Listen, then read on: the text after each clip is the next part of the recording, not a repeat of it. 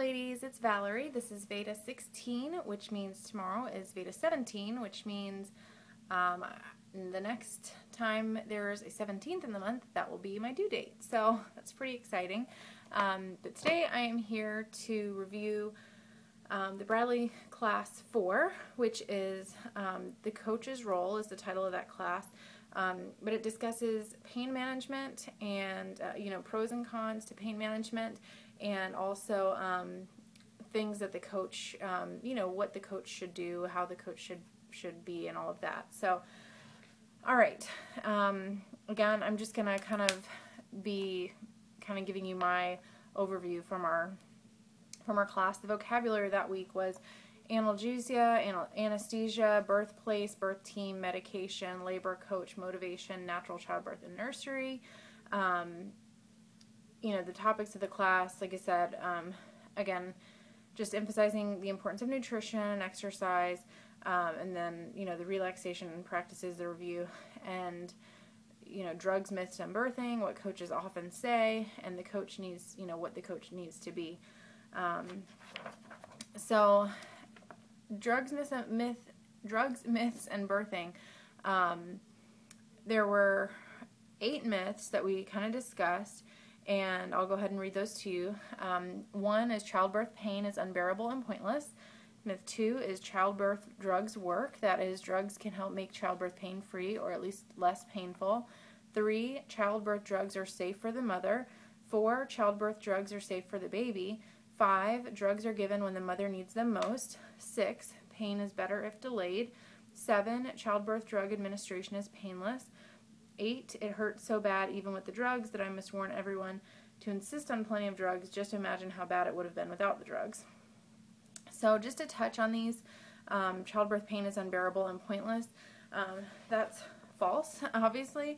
One of the biggest motivators to me in having a natural childbirth is that, nobody wants to be in pain. We all know that birth is going to be painful, but the reward is so great, and in the scheme of things, the time that you're experiencing that pain is very minimal.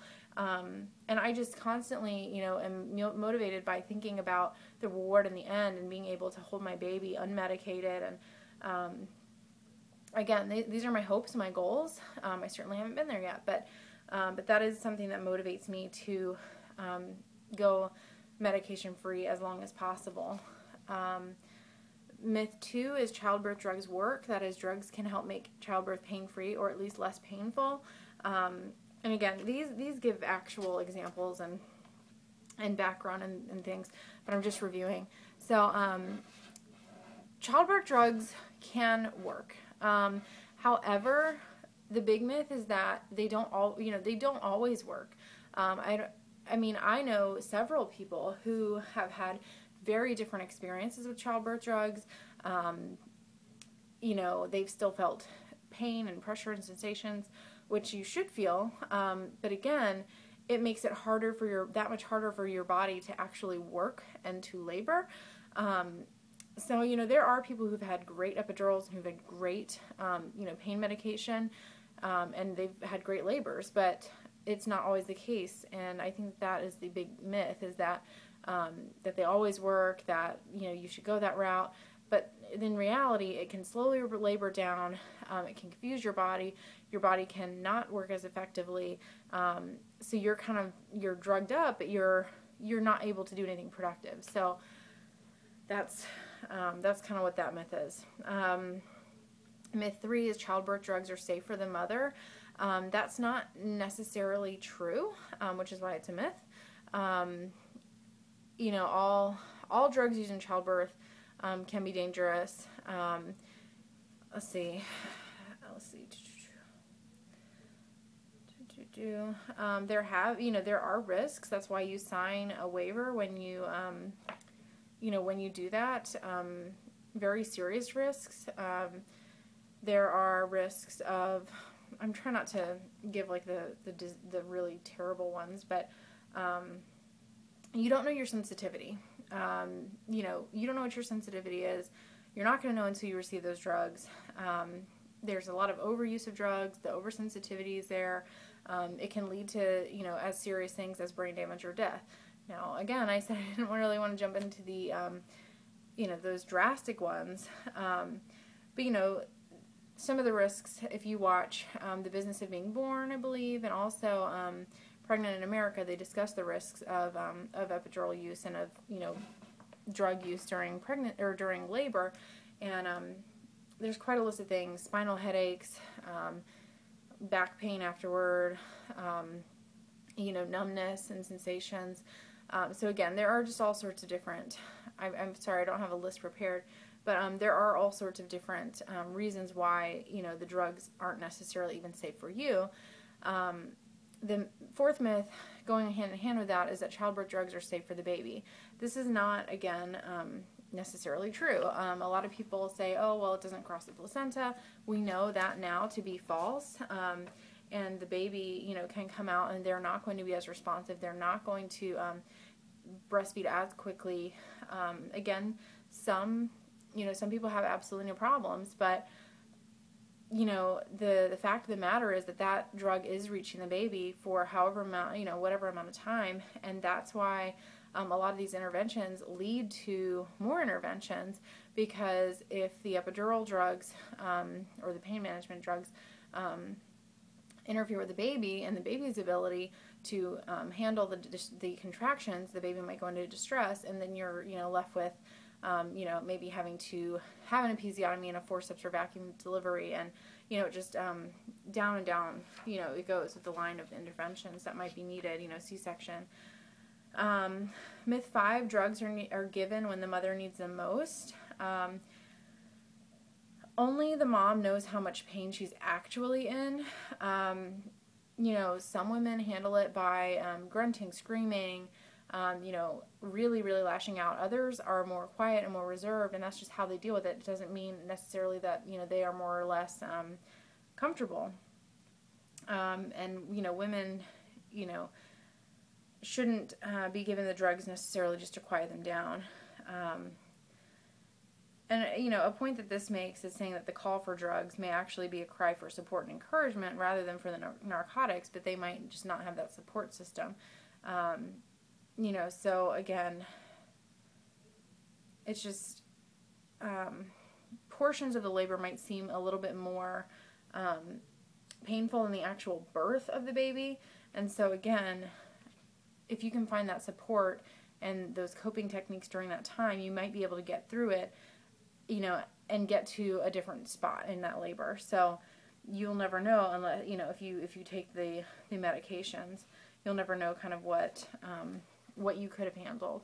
And I want to say something. It's not a matter of proving to anybody that you can do it naturally, that you can do it without the medication. For me, it's not a matter of proving to anyone, or becoming part of this elitist, society of women who have given birth without the pain meds. For me, again, it is about my body and my baby. I have not taken any medication throughout my pregnancy, and I don't see why I would load up my body with the strongest medication I can imagine. Some of them are even, narcotics and things like that. Why would I do that, to my body and to my baby during the most important time of them coming into the world? So it's just that's my personal preference and my personal hope and desire. Again, that's my reasoning for attempting to birth naturally and unmedicated. It's not, to prove anything to anybody. It's to do what I feel is best for myself and our baby. Myth 6 is pain is better if delayed. And let's see, this one just kind of talks about stating that drugs take the pain out of the labor where it belongs and delays it until after the baby comes. No matter how painful the labor or birth, the pain is usually before the baby comes out, and after the birth, the mom is able to concentrate on the baby and the process of mothering. And you can still be under the influence of those drugs, and I just want to be as alert as possible. I also feel like once the baby's out, I'm not gonna care about the pain that I just went through. I'm gonna be so consumed with our family at that point. So again, that's another just motivation for me. Myth 7 is that childbirth drug administration is painless. Some people have even said that the drugs hurt worse than having the baby. That's one of the other things that, honestly, I will admit I am pretty terrified of receiving any sort of like a spinal block or epidural, anything in my spine like that. To me, I'm not afraid of shots. I'm not afraid of needles. I've had plenty of them, especially in our journey to conceive. Plenty of invasive procedures, but I don't like the idea of how the epidural is given and right near that spinal column and all of that. That just freaks me out. So, and it's not painless. Myth 8 was that it hurt so bad even with the drugs that I must warn everyone to insist on plenty of drugs. Imagine how bad it would have been without the drugs. Again, a lot of things in life are painful. Drugs decrease your performance. It's talking about kind of in the athletic field. Lots of things are painful. And again, the bottom line comes down to your body being able to respond the way it needs to respond. And if your body is, numbed in these areas, then you're not going to be able to be as effective. So again, those are just some of the myths about pain management and epidurals and all of that. So moving on to what coaches, often say. These are things that should be said, and I'll just go through a few of them. Concentrate on your hands being loose and open and relaxed. Take one contraction at a time. The stronger the contraction, the more you progress. You're doing a great job. Each contraction brings us closer to the birth. Isn't my wife doing wonderful? Picture your cervix opening like a flower. These were just some silly things that we had gone through in class, so we filled in the blanks. The discomfort in your back means that the baby is moving downward. Think about the baby moving through your cervix. You're doing awesome. You look beautiful. I love you. Let go, give in, and let your baby come out. Those are things for first stage labor, just kind of, talking you through until you get to that transition point. And again, some of these you might not want to use. These are all just suggestions of if you, again, if you want to say something. The best, they do tell you in the Bradley classes the best and most effective statements are 3-word statements. And I'll review those at a later time. But second stage labor, hold your breath as long as necessary. Push to the point of comfort. You're doing perfect. Baby's name is almost here. Completely rest between contractions and recoup your energy. Let's see.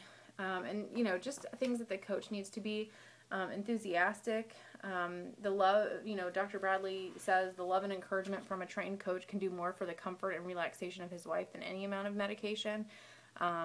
I so believe in having a strong, support system that you trust, and how well the coach does his job whoever's job is going to directly affect how much pain that the mother is going to experience and how well the labor will go. And I believe that, if you have a supportive team that you trust and they're calm and they're coaching you, then you can absolutely, relieve some of that stress, of that pain, and help her relax. So they should be enthusiastic. They should be committed. And so again, commitment during pregnancy and the labor is very important. Let's see. Strong. We talked about the coach's strengths and the mother's strengths, and just talking about having the emotional strength to support one another throughout the pregnancy and the labor. The coach should be understanding, so when the mother is going through through labor, that they will understand if she tells them they're not doing something quite right or something's not feeling right, that they're not going to get all sensitive and shut down or angry, that they need to understand what the mother is going through and how they can be the best, facilitator to her, and not get upset. And they should be a relaxation expert. So again, to help them, help your partner relax, help, again, physical, mental, and emotional relaxation. And you should work together every day on it, and help just alleviate general stress in your lives as you lead up to that. So that was class 4. Again, I think that the biggest thing out of that class is, again, just reaffirming why I am trying to go natural, why my husband and I are both so, feel so strongly about it. And again, I hope that in a few weeks after he is born, I can come back and tell you guys all about our childbirth. And I hope and pray that we have a natural birth and that we're able to just share with you our story, hopefully of teamwork and support. And like I said, barring any complications or, anything, I'm just trying to focus on visualizing and really meditating on the positives that, this whole hospitalized birth routine and medication of birth is very, very relatively new in the grand scheme of things. I mean, within the last 100 years, all of this kind of started happening and moving away from home births and midwives and things like that. I mean, it's so new. Women have been doing this for a very long time. So, the culture here in America is just very different. It's not very supportive of this natural way, and I think that it does get a very bad rap. So, again, I hope that